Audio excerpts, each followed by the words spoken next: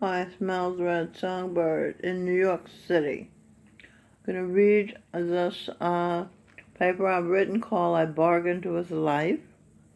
And it's about trauma that I had regarding education, starting with money. It was established in my mind of beliefs, belief systems, that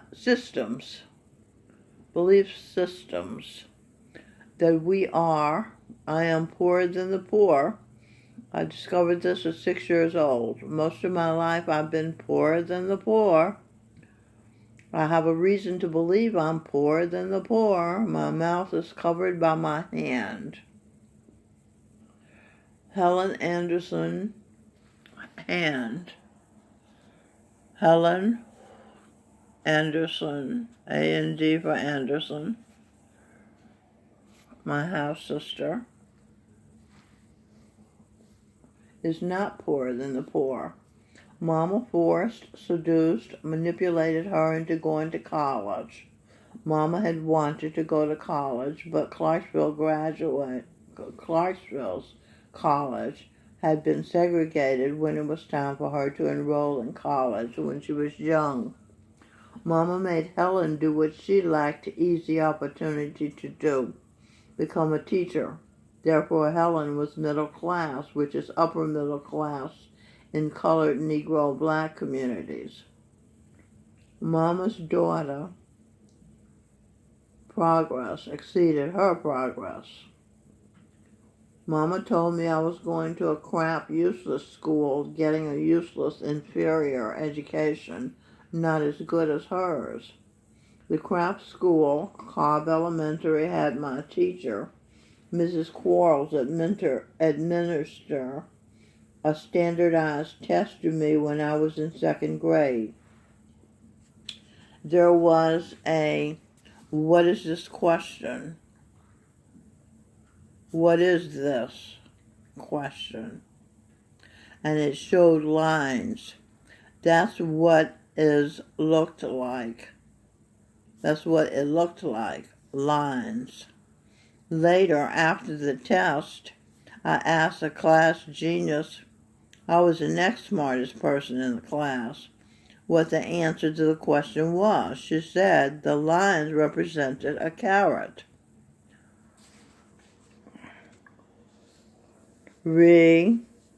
Present education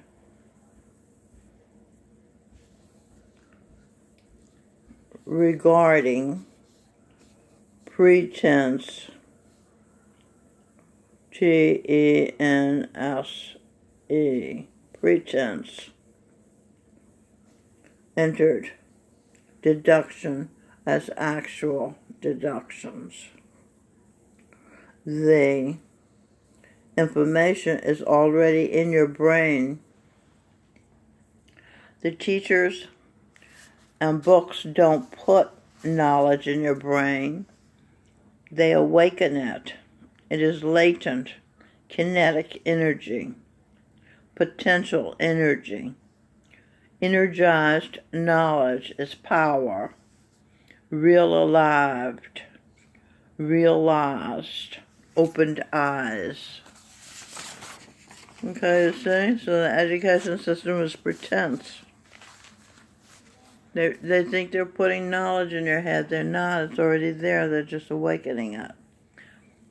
The saint in India told me this.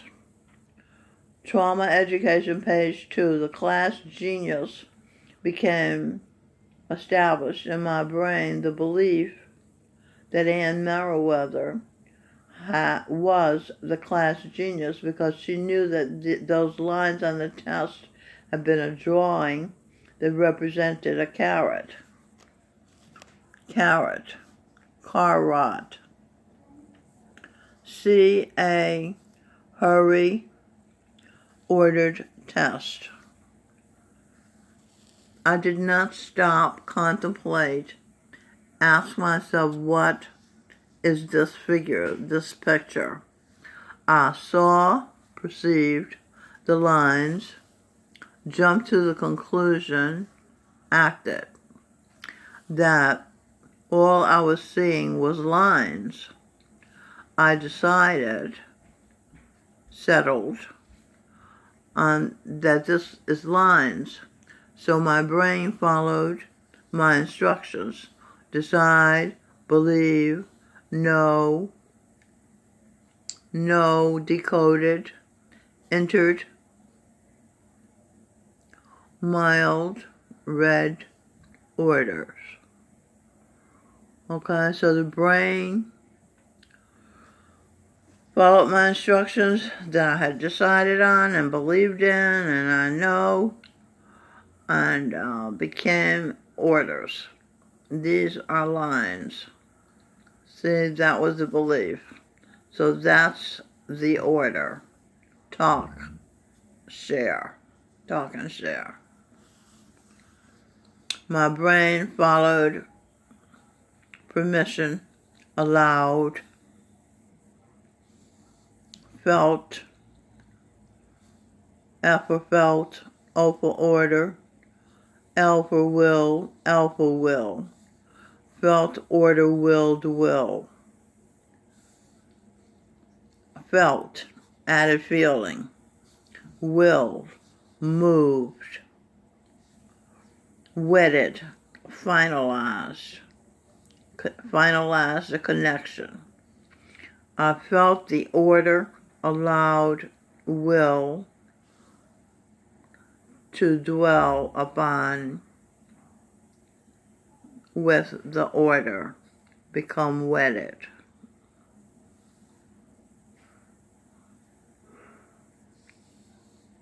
Problem-solving steps. Okay, that's what I went through.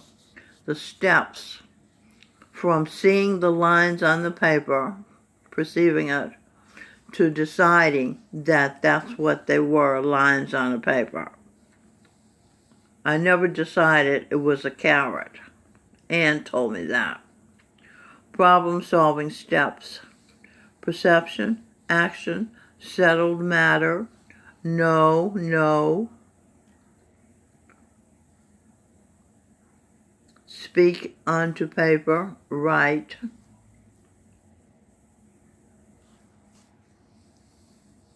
see, saw, perception, you see it, you saw it, action, jump to conclusion, decided, it became a settled matter.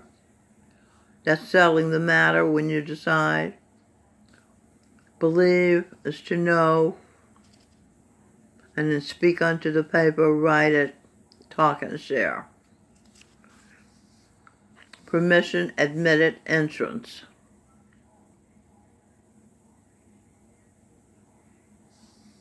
Order, story progression, allowed. Felt, added, feeling. Okay, what am I doing here? Permission. The order is the permission.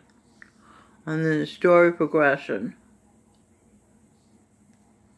That's allowed and felt, meaning added feeling to it, and moved, ordered your will to dwell, and wed to finalize a connection. My mind hurried my conclusion that the figure on the test was 3 lines before my brain had gone through the steps of solving the problem. What is this? Remember, that was a question. My mind was faster than the process. Instant answer then set the brain in motion to justify the answer. The instant answer was, these are 3 lines, these are lines, L-I-N-E-S, these are lines. The reasons, steps, solidified my instantaneous answer. They locked my instant conclusion. A conclusion, unless it's intuition, should be left open until it's thought out. In other words, when I looked at the paper and I saw the lines, I should have asked myself, what is this? And left it open for my brain to figure it out. Okay. It takes time and effort, like breastfeeding. The baby has to take the time to suck, which is effort. Effort is sucking. To reach a satisfying, logical conclusion, satiated level, fulfilled, feeling full. Be her energy as training. That's breast decoded. Be her energy as training. Feeding is the first process in life. Breastfeeding is the first process in life of intelligence, practice, and preparation. I figured out these steps. I hope you get it. After 39 years of guided meditation, this life, guided meditation in 3 past lives, and 30 years of developing, refining, while practicing talk and share therapy, I can perceive a pre-Bible preparation. Pre-Bible preparation being Buble. Pre-Buble. Terrible trouble. BLE, BLE, UBLE, UBLE, BLE. This reminds me of a commercial for the Super Bowl that Michael Bublé is doing. Bubbly, and he's changing bubbly to Buble. They're doing what I'm doing. But I was doing this before I saw the commercial. I've been doing this for years, as a matter of fact. Decoding words. Adding missing letters. Preach to.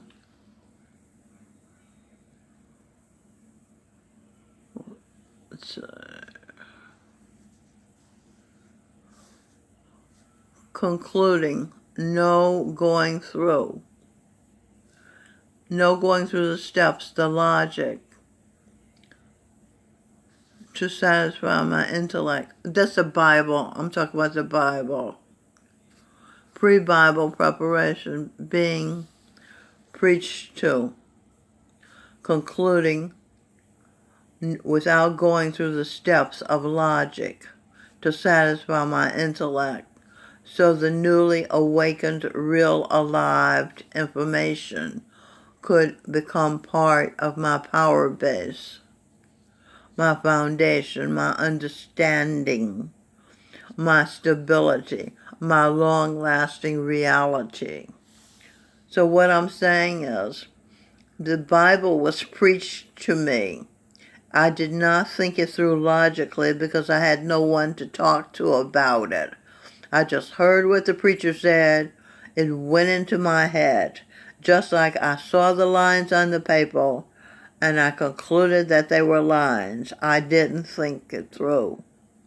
Because my first training, learning the Bible, had established my way of thinking as instantaneous conclusions without thinking. Okay, I had all this information from the Bible, all these stories as the foundation for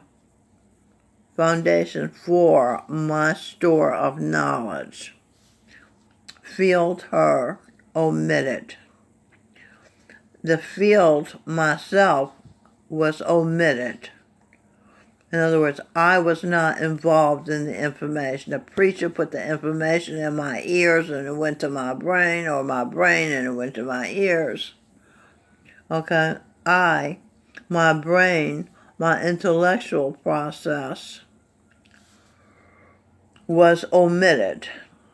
I wasn't given the opportunity to think the stories through.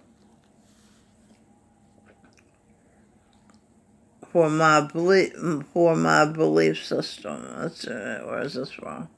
Foundation for my belief system was the preacher telling me the meaning of the stories in the Bible.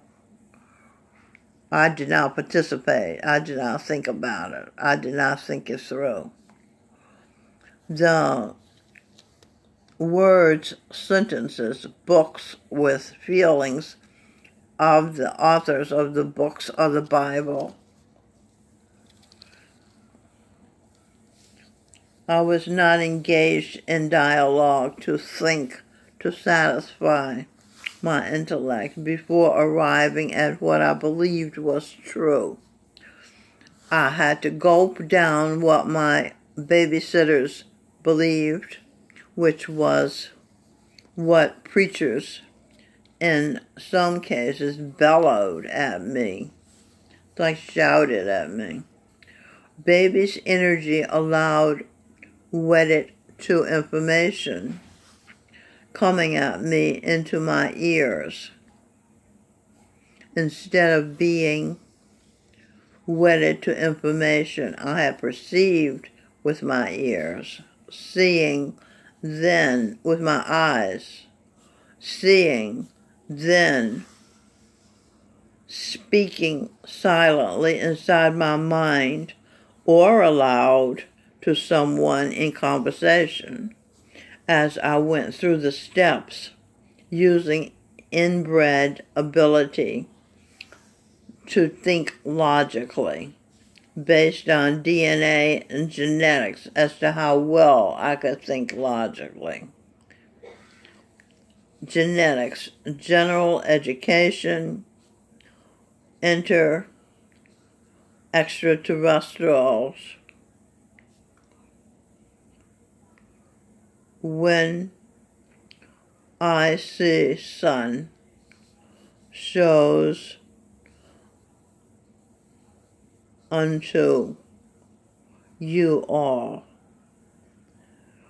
Okay, so that's just saying that I receive a general education as an extraterrestrial from the sun when I see the sun, and I show my education unto you all. Okay? I was able to believe Anne Merriweather when she told me the lines were the drawing of a carrot. I couldn't figure it out for myself because I had never been allowed the opportunity to think. My imagination could not perceive a carrot because it had no experience decoding lines on paper.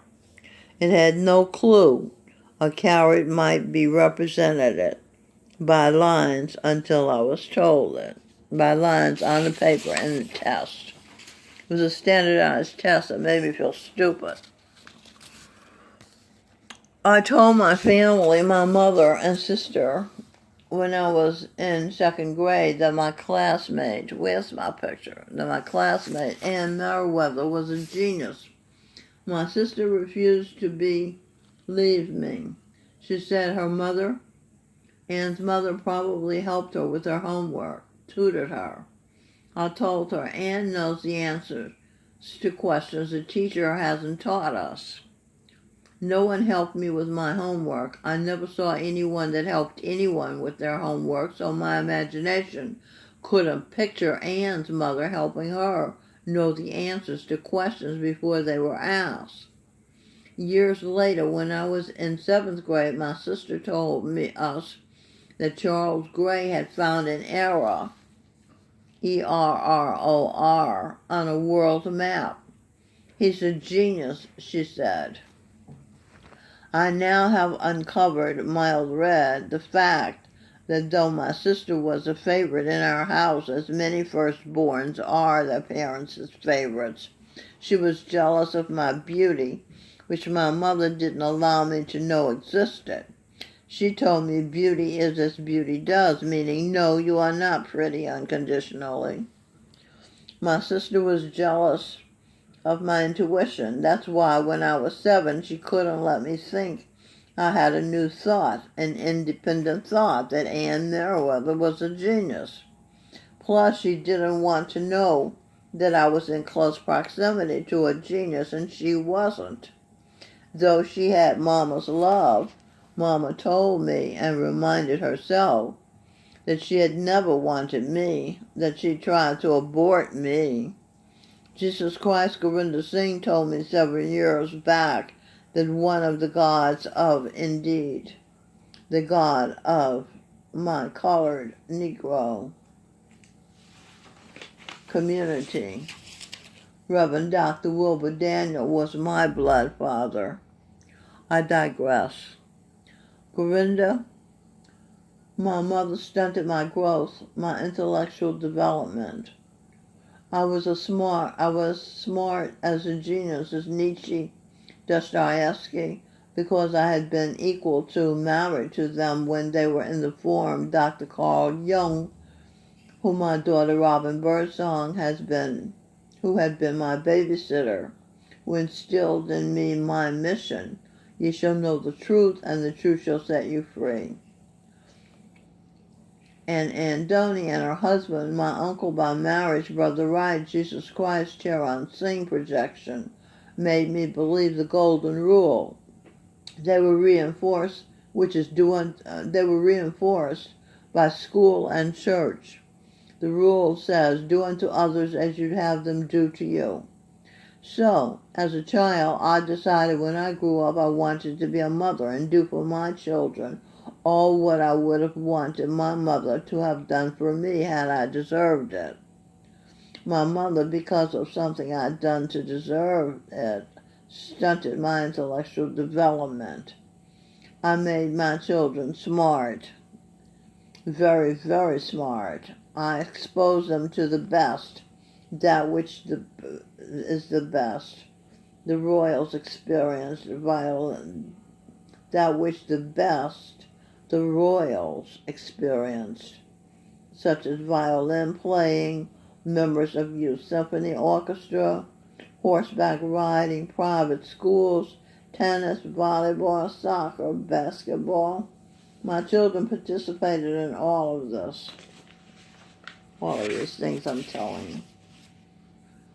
Softball, skateboarding, model airplane building, shooting off model rockets in vacant lots, ice skating, roller skating, bicycling, and the girls did ballet and gymnastics. They received affection at home, holding time, story time at home and at the library. I took the children to libraries and parks all over Manhattan. I knew physical exercises was important for children. Sing, study karate for a while. I gave them 2 fathers, though their blood father, Edwin Birdsong, and our divorce, I kept up his knowledge of them. I wrote him about what they accomplished and sent photos. And sure enough, he has helped Sing and Robin after I helped him become established at making money with his music while being smart enough to sell his soul to the devil, not to sell his soul to the devil in Hollywood, pedophiles, homosexuals, nor to have our son have to do that. While they have earned a living in music, they have not, so Edwin says, sucked anybody's dick or participated in butt fucking or any other satanic ritual. That's probably why Singh worked in venues all over the world and on television with Jean Conniff and Gabby Glacier, all girl group Luscious Jackson. I didn't know this at the time, but I trusted Singh's morality and intelligence, so I always supported him. My mother indicated I couldn't sing, so I learned to enjoy other great singers. My sister sang in a choir in the Glee Club. Obviously, my mother didn't dissuade her from using her voice. My mother told me I couldn't dance, worse said. Told me to sit down and let Helen show Lenice's mama's friend visiting from out of town how well she danced. When Helen was a finalist in the televised Disney Best Teacher of the Year contest, there was a segment where Helen was showcased dancing a modern dance routine. She didn't win Best Teacher of the Year, but she didn't care.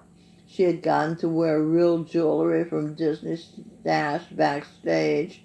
She had gotten to show off for the nation and impress her granddaughter Erica, who was in the audience, that she was somebody. Helen ignored my children all their lives, so when her big moment came, though she invited them, they didn't want to be her audience. They felt almost no connection with her.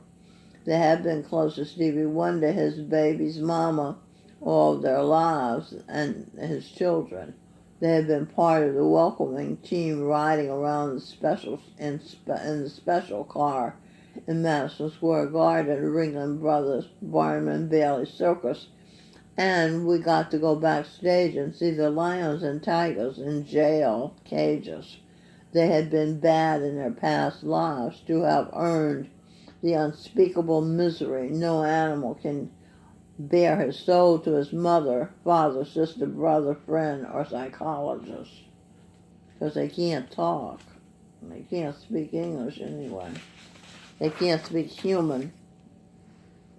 So my children weren't unduly impressed with my half-sister's invitation to come to California to watch her compete for Teacher of the Year.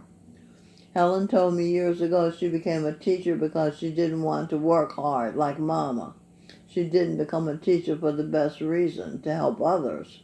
So she wasn't the best teacher, and she wasn't honored for something she was not. She said the guy who won definitely deserved to win. When I was schlepping my earthly possessions in the street of the astral plane, it was announced that I was being recognized as the best mother in the world. I had wanted to be the kind of mother to others, my children, as I would have wanted to have given a choice. Looks like I found some justice. I wanted to be a mother for the best reason, to benefit others, and I've been honored as the best mother for it, for doing my best and being the best. More good news. I was the best child, too. I obeyed my mother. She told me I must be the best at whatever I chose to be. A ditch digger, whatever. I never told anybody that I wanted to be a mother. I made the decision silently as a child, and my brain set about guiding me to say, and be whatever was necessary to make it happen. Okay, I'll have to do a part 2. This is Mild Red Songbird in New York City. Stay tuned for the next video, which will be part 2 of I Bargained with Life.